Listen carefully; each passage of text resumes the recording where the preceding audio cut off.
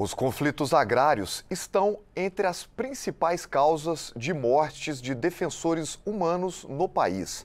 Aqui na Câmara, a Comissão de Direitos Humanos tem dado atenção a esse assunto.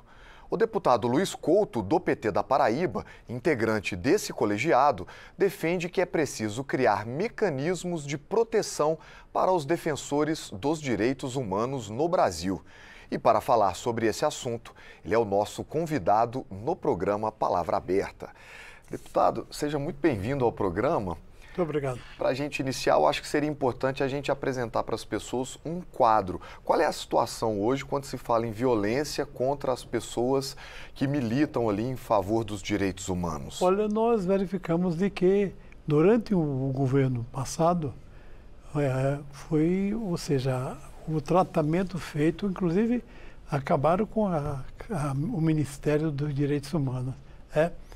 E nesse sentido nós verificamos de que, ou seja, direitos humanos têm que estar sempre presente.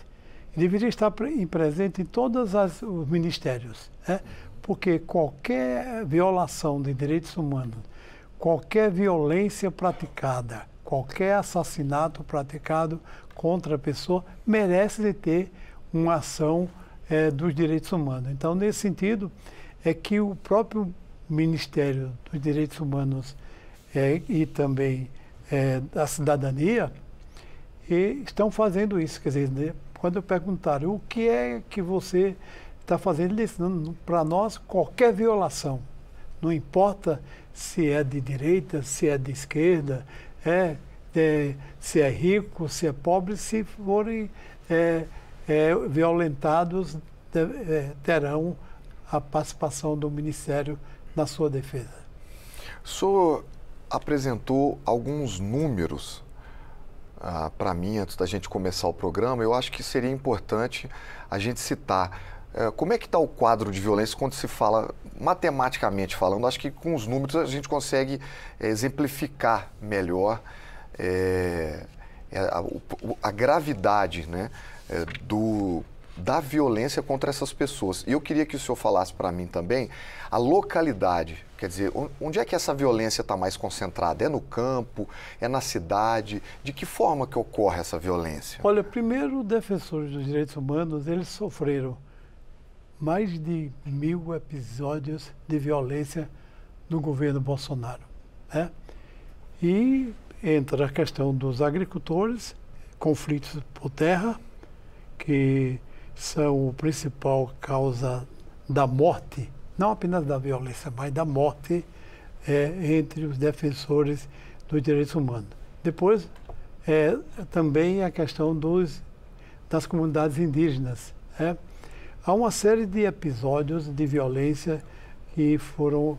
E a pesquisa revela que uma faixa de 1.171 casos registrados, boa parte dos episódios estão presentes na Amazônia, ou seja, sobre diversas questões que aparecem.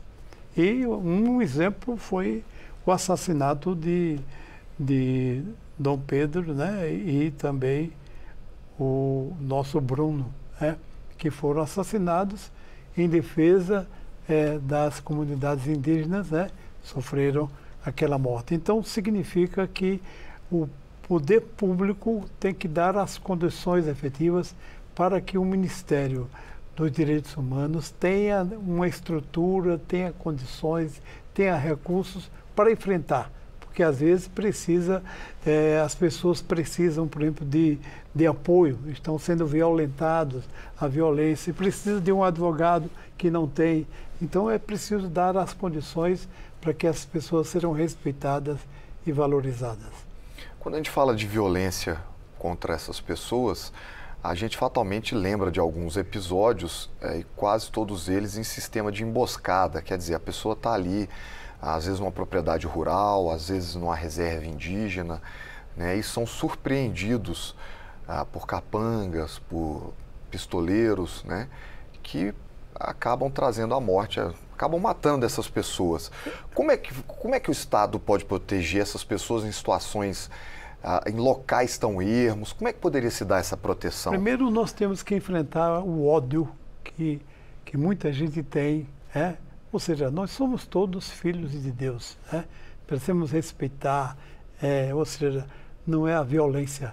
Então o ódio vai gerando violência e vai destruindo aquilo que é elemento fundamental. Mas não, as pessoas dizem, não, eu respeito os direitos, mas os direitos que interessam para ele. Nós temos que trabalhar efetivamente e essa violência que está sendo praticada precisa ter ações organizadas.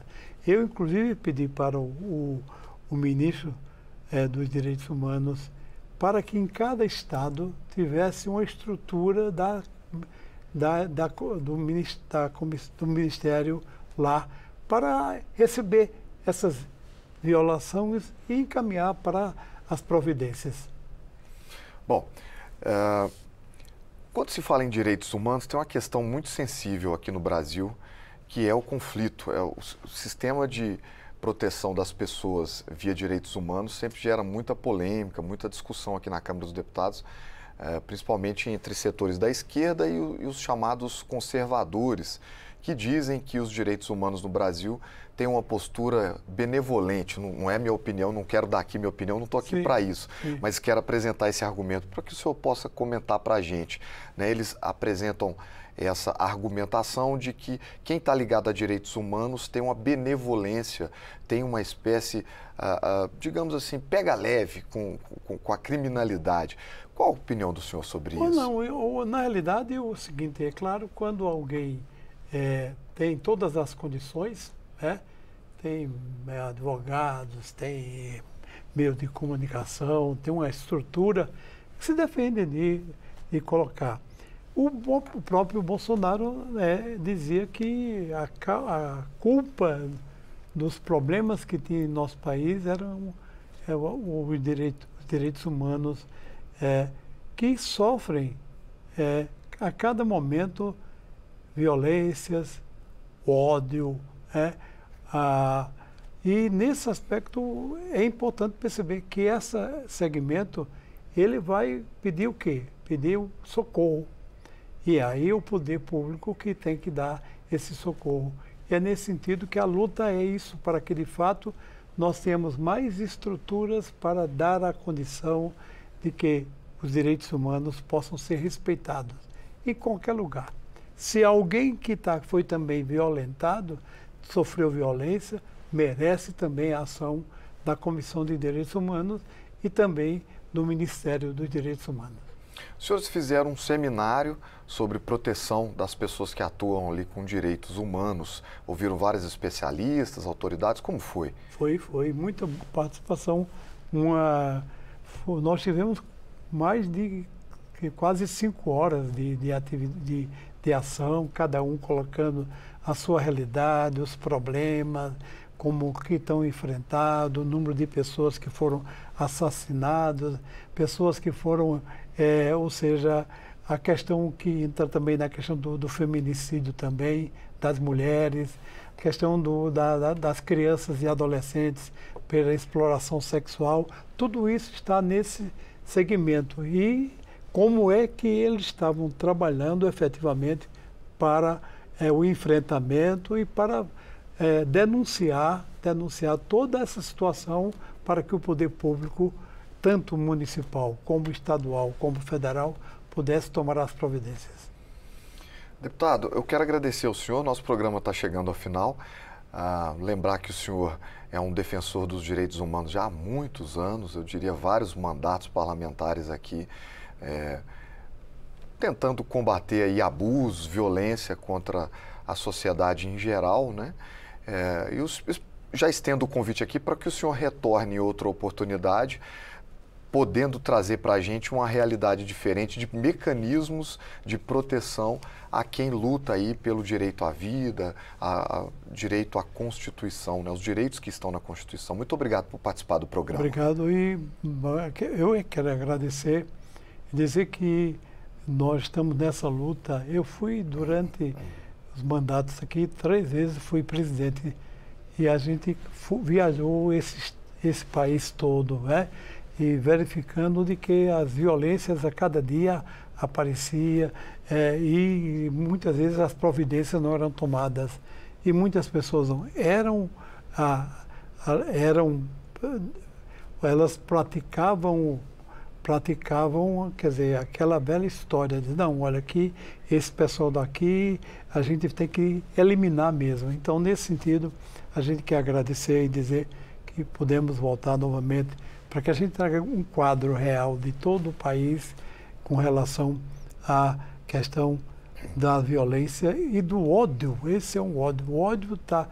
Deus quer a gente amor e não ódio. Ódio é a destruição do amor, da benevolência, e Deus quer que nós sejamos irmãos e irmãs.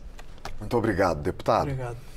Eu conversei com o deputado Luiz Couto, do PT da Paraíba, sobre o risco detectado aos defensores dos direitos humanos. Se você quiser compartilhar esta entrevista, basta acessar a página da Câmara dos Deputados na internet ou procurar pelo nosso canal no YouTube. Muito obrigado pela sua audiência e até a próxima.